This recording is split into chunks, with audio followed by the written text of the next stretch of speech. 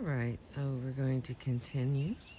Thank you for being with me today with Chapter 3, Living Consciously. Let's see. I picked this spot here because I'm not a four-wheeler person, but I absolutely love all of the ruts that are in the road out here. It's beautiful green grass and red ruts, and there is several eagles flying around. So I thought it was beautiful, wanted to share. So living consciously. There are two words that best describe what we can do to raise our self-esteem, to generate more self-confidence and self-respect. They are live consciously. The problem with this statement is that it may be too abstract for some people. It does not self-evidently translate into mental and or physical action. And if we wish to grow, we need to know what to do. We need to learn new behaviors. So we must ask, if we practiced living more consciously, in what ways would we be acting differently?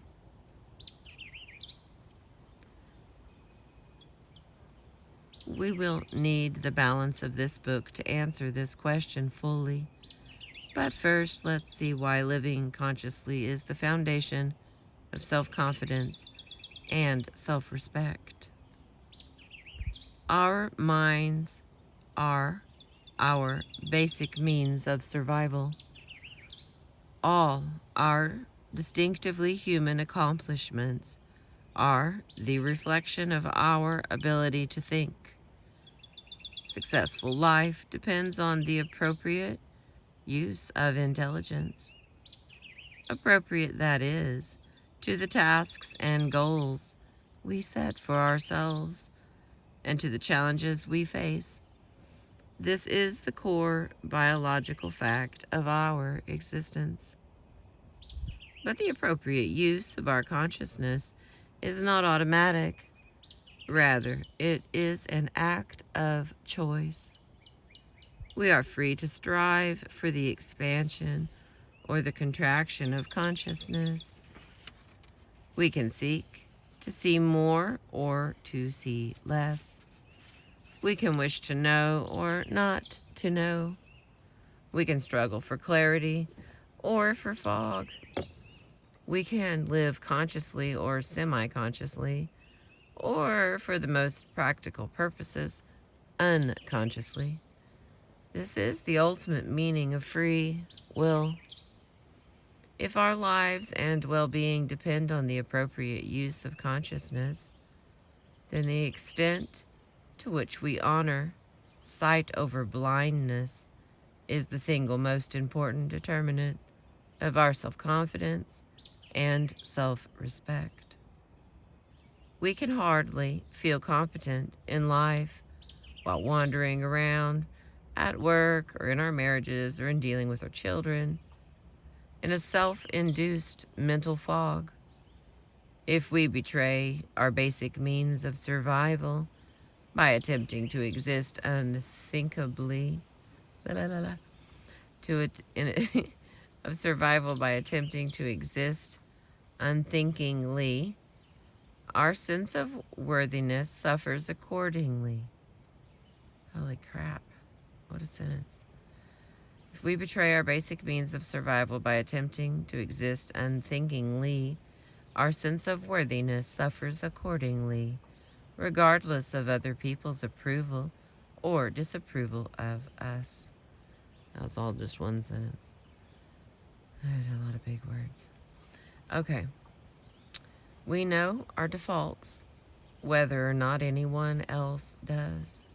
Self-esteem is the reputation we acquire with ourselves.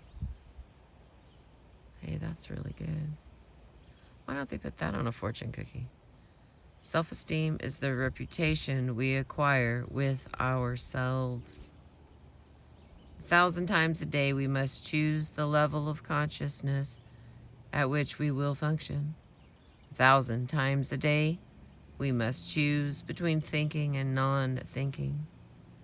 Gradually, over time, we establish a sense of the kind of person we are, depending on the choices we make, the rationality and the integrity we exhibit. That is the reputation of which I speak. The more intelligent we are, the greater is our potential for awareness. But the principle of living consciously remains the same, regardless of level of intelligence. To live consciously means to seek to be aware of everything that bears on our actions, purposes, values, and goals, and to behave in accordance with that which we see and know. In any given situation, living consciously means generating a state of mind appropriate to the task at hand. Driving a car, making love, writing a grocery list, studying a balance sheet, meditating, all require somewhat different mind states, different kinds of mental processes. In matters of mental functioning, context determines appropriateness. Living consciously means taking responsibility for the awareness appropriate to the action in which we are engaged. This, above all, is the foundation of self-confidence and self-respect. Self-esteem, then, is a function not of what we are born with, but of how we use our consciousness, the choices we make concerning awareness, the honesty of our relationship to reality, and the level of our personal integrity. A person of high intelligence and high self-esteem does not feel more appropriate to life or more worthy of happiness than a person of high self-esteem and modest intelligence. Living consciously implies respect for the facts of reality, the facts of our inner world as well as of the outer world, as contrasted with an attitude that amounts to, if I don't choose to see it or acknowledge it, it doesn't exist. Living consciously is living responsibly toward reality. Birds. This doesn't mean that we have to like what we see, but it does mean we recognize that which is. Excuse me. This doesn't mean that we have to like what we see, but it does mean we recognize that which is and that which is not, and that wishes or fears or denials do not alter facts. To illustrate what I mean by living consciously, I offer the following examples. Living consciously. When John was hired for a new job, he did everything he could to master what was required of him and kept looking for ways to perform his tasks more efficiently. Beyond that, he sought to understand the wider context in which his work took place so that he would be qualified to move up and not be stuck indefinitely on the level where he started.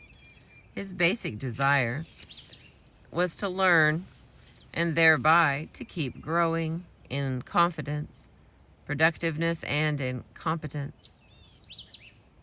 Living unconsciously. When Jim was hired for a job with the same firm, he imagined that if he memorized the routine of the tasks assigned to him and didn't attract negative attention, he might hope for security. Challenges had no appeal for him, since they entailed risk and required thought. He operated at the minimal level of awareness necessary to repeat the motions he had been taught, contributing nothing of his own. His gaze rarely strayed from his workstation, except for purposes of socializing or daydreaming. He felt no curiosity about his job in the wider sense. Why should he? He felt. The job was there. He kept a small clock in front of him so that he would know precisely when it was 5 o'clock. Time to go home.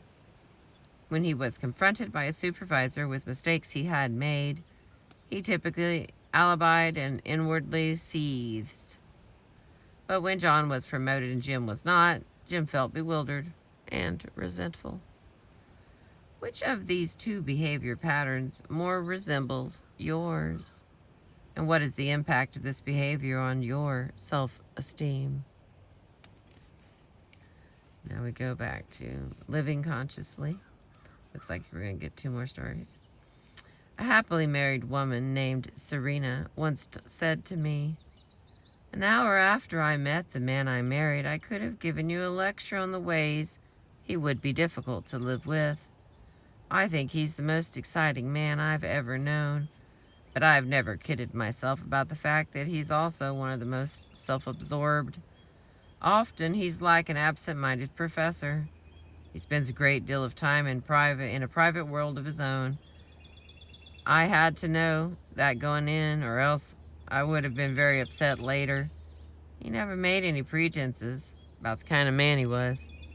I can't understand people who profess to be hurt or shocked at the way their mates turn out. It's so obvious that people are, if you'll just pay attention. I've never been happier in my whole life than I am right now in this marriage. Not because I tell myself my husband is perfect or without fault, you know. I think that's why I feel so appreciative of his strength and virtues. I am willing to see everything." And the next one, living unconsciously. A woman named Carol, who came for therapy, said at our first session, "I have the most awful bad luck with men. I mean, how many women can say that their last 3 lovers all abused them? I don't know why these things happen. Why me, God? Why me? No, I can't say I take the trouble to get to know a man before ... you know. I mean, part of the excitement is being in a daze, isn't it? It's always a big shock. Can't believe it's happening. I mean, when they start swinging, oh, I suppose I kind of knew ... in a way ... they were going to be trouble. There were signs, but I wanted things to be good. I wanted each one to be Mr. Right. So even if I heard how they treated other women, I told myself, he'll be different with me. I wonder if the other women told themselves that too. Mother used to say, look before you leap. But can you have fun that way? I like to just close my eyes and fall. Come what may, that's my philosophy. If only I'd met a better type of man." Granted, these 2 women present the extremes of opposite attitudes, but in your personal relationships, which attitude is closer to your own? Here we go again, living consciously. When Roger was growing up, he saw and heard many things he could not understand. He heard his mother lecture him on the virtue of honesty, and then on many occasions heard her lie to the neighbors. He saw his father look at his mother with hatred a moment after saying to her, "Yes, dear, you're right. I apologize." Excuse me. He saw that most adults almost never told the truth about their feelings, and they usually looked unhappy and defeated, but that did not prevent them from delivering sermons on how to live a successful life. They seemed to care much more about what other people thought than about what was right. He was dismayed and at times frightened by what he saw, but he kept on looking, kept on trying to understand. He knew he did not want to be like the grown-ups around him. He often felt lonely for someone he could truly admire, but he did not pretend that he admired the people he knew. He was impatient to grow up so that he could go out and find a better path that offered a better path than that offered by the adults he saw. In the meantime, he told himself, nothing was more important than to protect the clarity of his own sight and not to surrender to hopelessness. Bruised, battered, alienated from those around him, he hung on. He persevered and grew up to discover friends he could like and admire, possibilities for the kind of life he had dreamed of as a child when he didn't even know the words to name it. As an adult, he found the words and the reality. Now, here it goes. Living unconsciously. Milton lived in a world very much like Roger's, but very early in life he drew a different conclusion. Dimly and wordlessly he decided, seeing too much is dangerous. He wanted to belong. He wanted to be loved, and that felt more important than anything else. So he pretended not to notice when grown-ups were lying or being hypocritical or even cruel, and he learned to emulate their behavior. A day came when it felt as natural as breathing. By the time he was a teenager, he wondered what had happened to the excitement he had felt as a little boy, but he quickly pushed such thoughts from his mind. When he was 20 years old, his father said to him one day, "Do you think life is about being happy?" By now, Milton was so numb, he knew no answer was required. His father was merely stating the obvious. Having a drink with his friends when he was 30, Milton said, "I'll tell you the secret of life. Go through the motions and don't think. Then you don't feel the pain." Everyone felt that Milton was a regular fellow, except his bewildered children, who saw a void staring at them from his eyes. But to adults he appeared entirely normal, which is what Milton had always wanted and would sell his soul for, and did. Can you relate the psychology of either of these men to yourself? If you can, what is illuminated?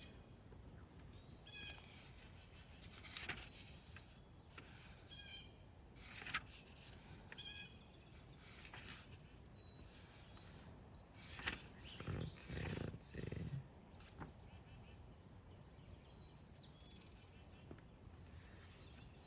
All right, I'm going to read one more and then I'll stop this, because there's a bunch more in this chapter, it looks like. All right, living consciously. Karen was a research scientist in the field of biochemistry. She had written several highly regarded papers in which she developed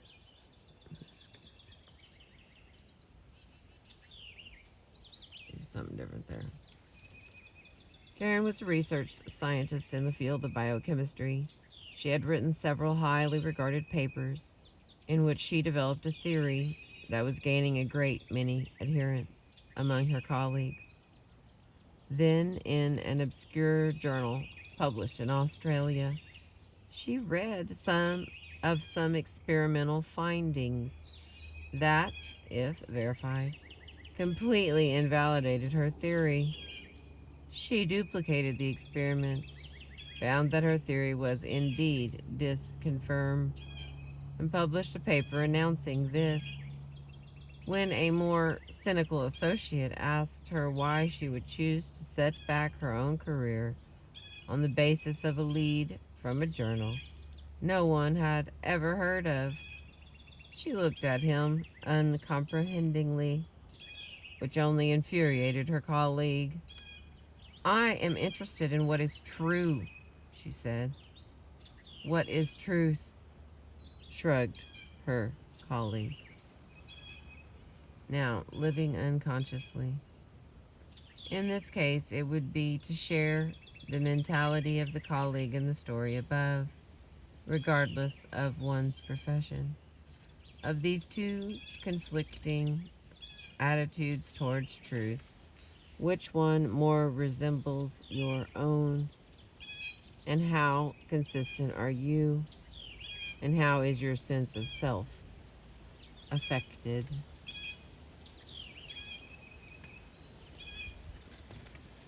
Thank you for being with me.